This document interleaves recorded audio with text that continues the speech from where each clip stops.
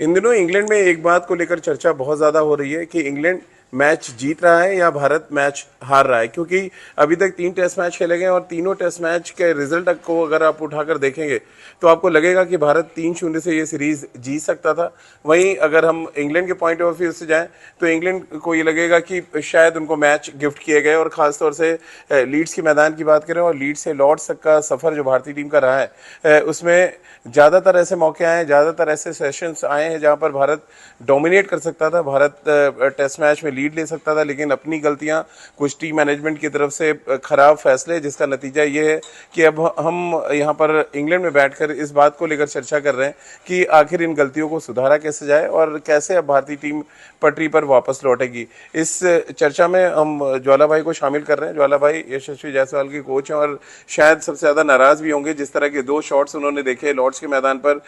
Being a coach शायद वो इस तरह के शॉट्स प्रेफर नहीं करेंगे। पहला सवाल तो यही ज़हन में आता है ज्वाला भाई, जो मैंने चर्चा की शुरुआत की कि इंग्लैंड मैच जीत रहा है या भारत मैच हार रहा है। देखिए, सबसे पहले तो एज एन इंडियन हमको अच्छा नहीं लगता है कि हम इंग्लैंड में अपनी टीम को हारते हुए देखें। मैं भी लॉर्ड्स के मैदान में था और वहाँ पे एक माहौल जो दिखा कि कितने भारतीय प्रशंसक धूप में बैठ के मैच देख रहे थे। हालांकि इंग्लैंड वाली धूप नहीं रह गई अभी, इंडिया वाली धूप लग रही है। ओवरऑल आई थिंक जिस तरीके से भारत की टीम खेली है, ये जो इंग्लैंड की टीम इतनी स्ट्रांग टीम नहीं है। वैसे हम इंडिया के बारे में भी बोल सकते हैं, लेकिन हमने बहुत अच्छी क्रिकेट खेली। बट कहीं ना कहीं मुझे लगता है एक टीम कॉम्बिनेशन कहीं ना कहीं थोड़ा और बेटर होता, और जो हमारे खिलाड़ी अगर सही समय पे सही शॉट सिलेक्ट करते, और खास करके पहला टेस्ट मैच जो हमारे गेंदबाजी और ख़राब फील्डिंग की वजह से हारे, और ये टेस्ट मैच जहाँ पे गेंदबाजों ने बहुत अच्छी गेंदबाजी की, और कहीं ना कहीं जाके जो हम एक बड़ा आसान से अगर देखा जाए तो वो एक टोटल था, जडेजा के अलावा किसी ने पारी नहीं खेली। तो कुछ छोटी छोटी चीज़ों के वजह से ज़रूर हम इस सीरीज़ में पीछे हैं। हालांकि हम 3-0 से हो सकते हैं। और शॉट सिलेक्शन जहाँ तक आप बोल रहे हो, तो टेस्ट क्रिकेट के हिसाब से तो नहीं बोल सकते बहुत अच्छे शॉट सिलेक्शन, लेकिन ओवरऑल क्रिकेट में ये सब होते रहता है। और अगर हम अभी भी 2 टेस्ट मैच बाकी है, अगर हम पिछली गलतियों से सबक लें, कुछ टीम में कुछ छोटे मोटे बदलाव करें और सब बल्लेबाज बैठ के एक साथ बात करें कि हम कैसे बेटर बैटिंग कर सकते हैं। क्योंकि अगर आप शुभमन गिल ने एक डबल सेंचुरी बनाया, 1 सेंचुरी किया, यशस्वी ने 1 सेंचुरी किया, 1 हाफ सेंचुरी किया, केएल राहुल ने किया, ऋषभ पंत ने किया, ये 3-4 बल्लेबाजों ने रन बनाए और किसी बल्लेबाजों के पास से कोई बड़ा कंट्रीब्यूशन नहीं है। हालांकि इन्होंने भी सारे मैचेस में रन नहीं बनाए। तो कहीं ना कहीं इनको एज अ टीम खेलना पड़ेगा। और बॉलिंग में अगर आप देखो तो आकाशदीप ने 10 विकेट निकाले, बुमराह ने विकेट्स निकाले, और कोई गेंदबाज से वो कंट्रीब्यूशन नहीं है।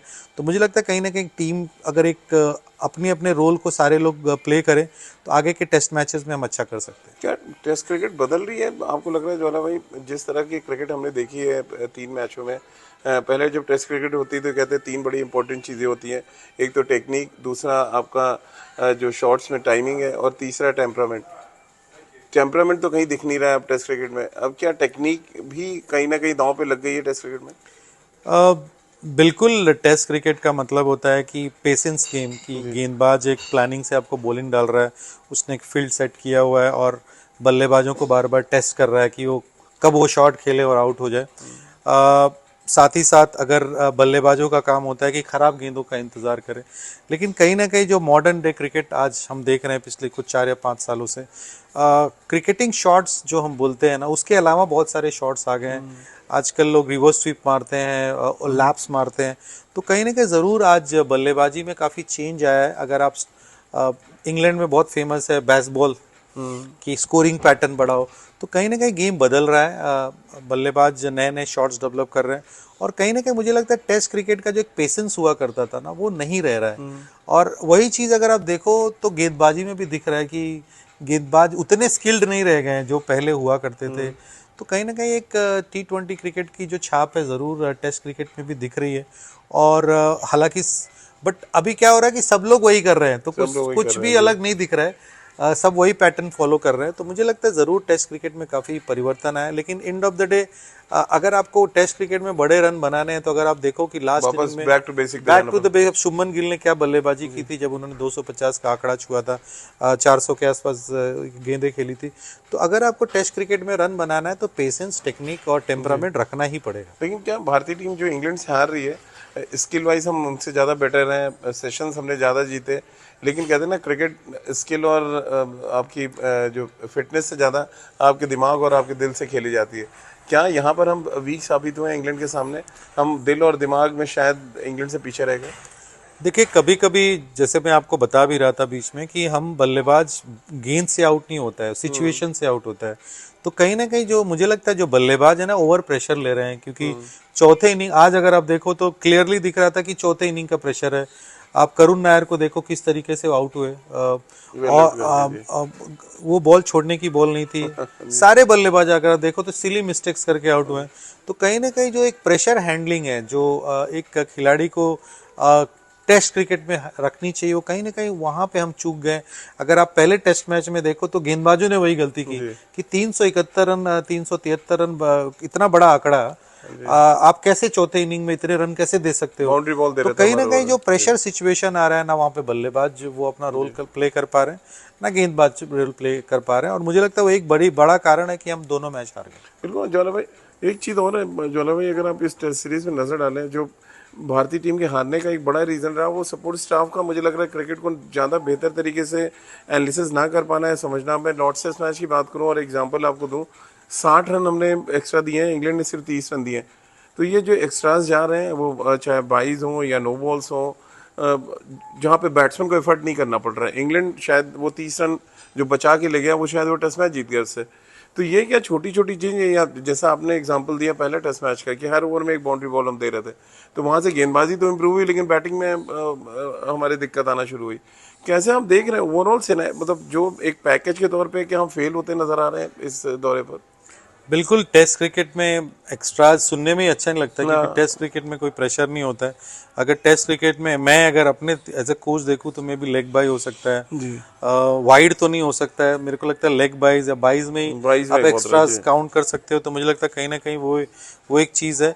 बिल्कुल, अगर आप देखेंगे तो छोटी छोटी चीज़ें होती हैं। अगर आपको मैच जीतना है और बैठ के आप एनालाइज करो तो कोई बड़ी मिस्टेक सबको नहीं दिखेगी, क्योंकि बड़े मिस्टेक तो हर कोई फाइंड आउट करता है। आपको छोटे छोटे मिस्टेक्स पे ध्यान, आपसे ये सवाल किया, मुझे लगता है छोटी छोटी चीज़ों पे ध्यान देना होगा। और जैसे मैंने आपको बताया एक्स्ट्राज में क्या आ सकता है, बट मुझे लगता है जो बड़ा फेलियर है हमारा वही है कि हम एज ए टीम हम परफॉर्म नहीं कर पा रहे हैं। अगर कोई एक बैट्समैन बड़ा स्कोर बनाता है तो दूसरा आउट हो जाता है, या एक कोई बैट्समैन, देखिए हमने बर्मिंघम में किया तो हमने वो टेस्ट मैच जीता, हमने बड़ा स्कोर बनाया। सिमिलरली बॉलिंग में भी है कि अगर एक गेंदबाज अच्छी गेंदबाजी करता है तो दूसरे गेंदबाजों को भी लगातार उसको सपोर्ट करना होता है। अगर गेंदबाजी अच्छी हो रही है तो फील्डर्स को सपोर्ट करना होता है। तो कहीं ना कहीं क्रिकेट एक टीम गेम है। अगर आपको जीतना है, मैच जीतना है या सीरीज जीतना है, तो हर किसी को बैठ के अपनी अपनी अकाउंटेबिलिटी सेट करनी पड़ेगी कि अगर कोई ओपनिंग बैट्समैन है तो उसका रोल क्या है, मिडिल ऑर्डर बैट्समैन है तो उसका रोल क्या है, स्पिनर है तो उसका रोल क्या है, फास्ट बॉलर है तो उसका रोल क्या है, ऑलराउंडर है तो उसका रोल क्या है। अगर अभी के सिनेरियो में देखो तो हमारे ऑलराउंडर्स जिस चीज के लिए वो मैच खेल रहे हैं वो चीज नहीं कर पा रहे हैं। जडेजा ने हालांकि बहुत रन बनाए, लेकिन गेंदबाजी में अभी तक उनका कोई खास प्रदर्शन नहीं रहा है। हमने रेड्डी को खिलाया, वो बल्लेबाज ऑलराउंडर, बैटिंग ऑलराउंडर है। उन्होंने गेंदबाजी में कुछ विकेट्स लेके, लेकिन बल्लेबाजी में दोनों इनिंग में फेल हुए। साथ ही साथ अगर आप वाशिंगटन सुंदर को देखें तो वो भी दोनों रोल नहीं प्ले कर पा रहे हैं। तो अगर आप किसी को एज एन ऑलराउंडर खिला रहे हो तो इसका मतलब ये नहीं है कि वो जो चीज़ करने आया वो ना करे, तो क्योंकि वो उसका काम नहीं है। अगर आप जडेजा अगर मैच खेल रहे, रन बना रहे, बड़ी अच्छी बात है, लेकिन उनका पहला काम है भारत के लिए विकेट निकालना। तो मुझे लगता है ये सारी वजहें हैं, क्योंकि कोई भी पत्ता बोलते हैं ना सही जगह पे नहीं बैठ रहा है। तो जब तक वो बैठेगा नहीं, जब तक लोग अपने रोल को प्ले नहीं करेंगे, दूसरे के रोल प्ले करेंगे, तो मुझे लगता है वो हम मैच नहीं जीत पाएंगे। शुभमन गिल के बारे में तो कहा जाने लगा विराट कोहली का रोल प्ले कर रहा है। क्या आपको लग रहा है स्लेजिंग की जरूरत थी, ओवर एग्रेशन था जिससे इंग्लैंड को फायदा मिल गया लॉर्ड्स में? देखिए, जब आप क्रिकेट खेलते हो और बड़े दिल से खेलते हो, बड़े लग के खेलते हो, तो कभी ना कभी ये बोलते हैं ना हिट ऑफ द मोमेंट हो जाता है, और ये सब चीज़ें क्रिकेट में बड़ी नॉर्मल है। हाँ, शुभमन गिल मुझे लगता है विराट कोहली की बल्लेबाजी वाली रोल प्ले करने चाहिए। उन्होंने किया भी है, ऐसा नहीं कि नहीं किया। तो अगर वो रोल प्ले करें कि जिस तरीके से विराट कोहली ने इतने रन बनाए, अगर वो ये करें तो मुझे लगता है कि भारत के सारे जो क्रिकेट फैंस हैं उनको बहुत अच्छा होगा, और हम शायद आगे अच्छी क्रिकेट खेलें। अब क्योंकि 2 टेस्ट मैच बचे हैं ज्वाला भाई, क्या कुछ चेंजेस आप देख रहे हैं? एक तो करुण नायर को लेके बहुत ज़्यादा सोशल मीडिया पे वायरल हो रहा है कि 6 इनिंग्स हो गई हैं, 40 रन का हाईएस्ट है, और अभी तक सिर्फ 100 रन 132 रन बना पाए हैं वो 6 पारियों में। किस तरह से आप देख रहे हैं, और क्या स्ट्रॉन्ग लाइकिंग और डिसलाइकिंग से निकलना चाहिए अब टीम मैनेजमेंट को? देखिए, करुण नायर बड़ी चर्चा का विषय थे जब वो टीम में आए थे, और तब उसके भी पहले तो एक बार नहीं भी आए थे तो बड़ी चर्चा हुई थी।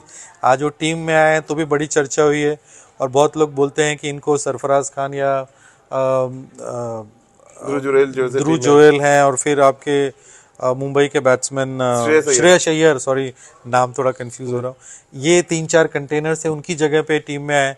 तो मुझे लगता है उनको मौका मिला है तो ज़रूर टीम मैनेजमेंट उनको और ज़्यादा मौके देना चाहता है, क्योंकि मुझे लगता है ये उनके लिए शायद आखिरी मौका भी हो अगर इस टेस्ट सीरीज में रन ना बने। एज ऑलरेडी उनकी भी 34 साल हाँ, तो मुझे लगता है इवन साई सुदर्शन को बाहर बिठा के, क्योंकि दोनों पहले मैच में टीम में थे, इनको मौका मिला है क्योंकि सिलेक्टर्स चाहते हैं कि अगर कोई प्लेयर डोमेस्टिक में इतना अच्छा परफॉर्म करे तो उनको रिवॉर्ड्स मिले, तो उनको रिवॉर्ड मिला है। अब ये उनके ऊपर है कि कितना बड़ा इसको कमबैक बनाते चांस मिलेगा और उनको चेंजिंग्स हो गई हैं। मुझे लगता है कि उनको मौके मिले हैं, अब ये टोटली टीम मैनेजमेंट पे डिपेंड करता है, क्योंकि लास्ट इनिंग में उन्होंने 40 रन बनाए हुए हैं, तो अब 50-50 वाला पूरा का पूरा खेल है।